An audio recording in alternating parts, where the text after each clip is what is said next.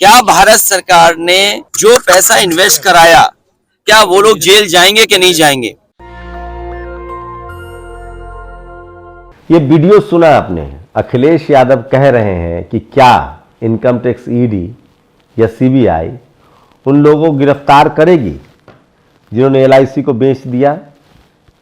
आप सोचिए, आज फिर से अडानी के शेयर जो है वो गिरे हैं। अडानी अब 8वें नंबर पे आ गए हैं, मुकेश अंबानी से ठीक 2 पायदान पीछे हैं। क्या नुकसान हुआ है वो भी बताऊंगा, लेकिन जिस तरह से अडानी से सवाल पूछे गए थे, 86 सवाल, उसके जवाब नहीं दिए गए हैं। और वहीं इसमें भी अब राष्ट्रवाद आ गया है। सोचिए, अडानी ने जवाब में कहा है कि ये भारत के खिलाफ साजिश है। उधर से जो हिडेनबर्ग रिसर्च है उसने कहा है कि तिरंगे में खुद को लपेटकर आप देश को लूट रहे हैं। तो समझिए, सवाल है कि बीजेपी से सवाल पूछना है, देश से सवाल पूछना है, प्रधानमंत्री से सवाल पूछना है, देश से सवाल पूछना। अब अडानी से भी सवाल पूछेंगे तो देश से सवाल हो जाएगा। अब बताइए, मनमोहन सिंह से सवाल पूछना देश से सवाल पूछना नहीं था?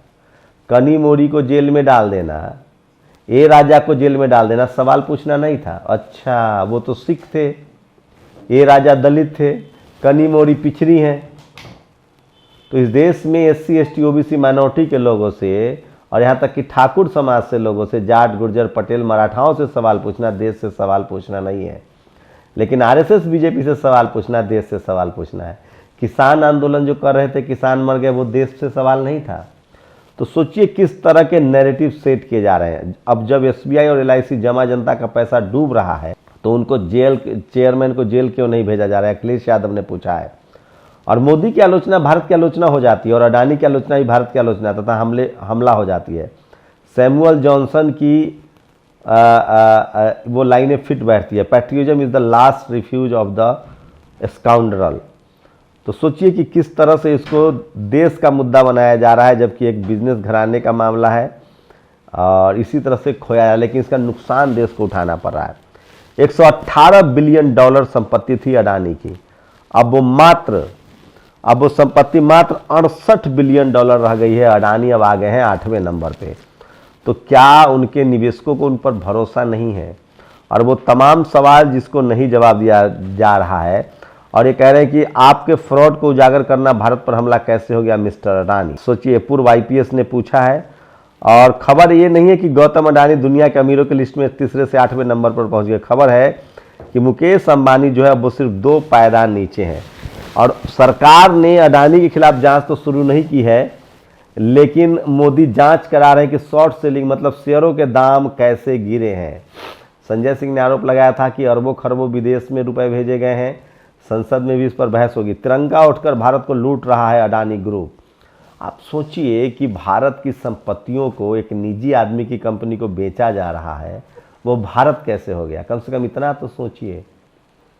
मैं फिर कह रहा हूँ, इस देश में जब भुखमरी, गरीबी, बैंक डूबेंगे तो 10-15% लोगों का कुछ नहीं होगा जो अमीर हैं।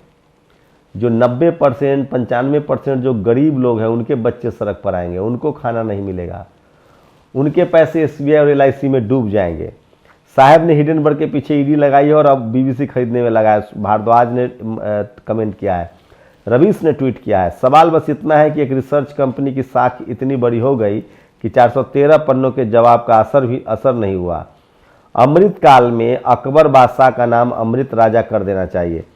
तो इस तरह के लोग तंज कर रहे हैं। और अडानी का फ्रॉड राष्ट्रवादी है तो नीरव मोदी, मेहुल चौकसी और दूसरे फ्रॉड करने वाले गुजरातियों के साथ नाइंसाफी क्यों? उनको भी आने दीजिए। तो ये सबसे बड़ा सवाल है जो लोग सोशल मीडिया पर पूछ रहे हैं। और अडानी कह रहे हैं कि उन पर हमला भारत पर हमला है। ऐसा पहले मोदी जी अपने लिए कहते थे। क्या अडानी 2024 में प्रधानमंत्री बनना चाहते हैं? पप्पू यादव ने यह सवाल पूछा है। और Adani loss 1.7 lakh crore in market cap on Monday. आज भी अडानी ग्रुप को 1.75 लाख करोड़ का नुकसान हुआ है।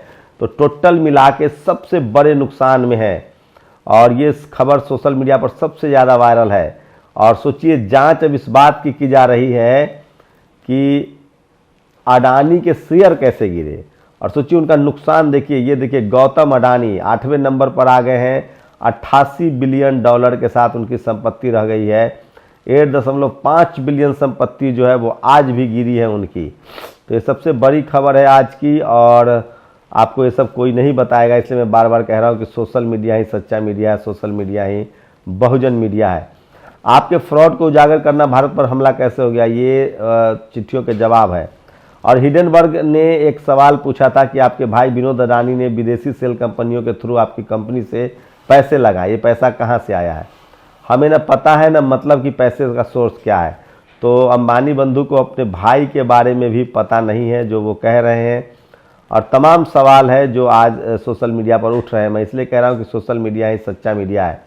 अडानी ग्रुप भारत के भविष्य के साथ खिलवाड़ कर रहा है, राष्ट्रवाद की आड़ में देश को लूट रहा है, हिडेनबर्ग रिसर्च।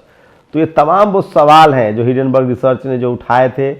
अडानी ने दिए 423 पेज का जवाब, रिपोर्ट को बताया सफ़ेद झूठ।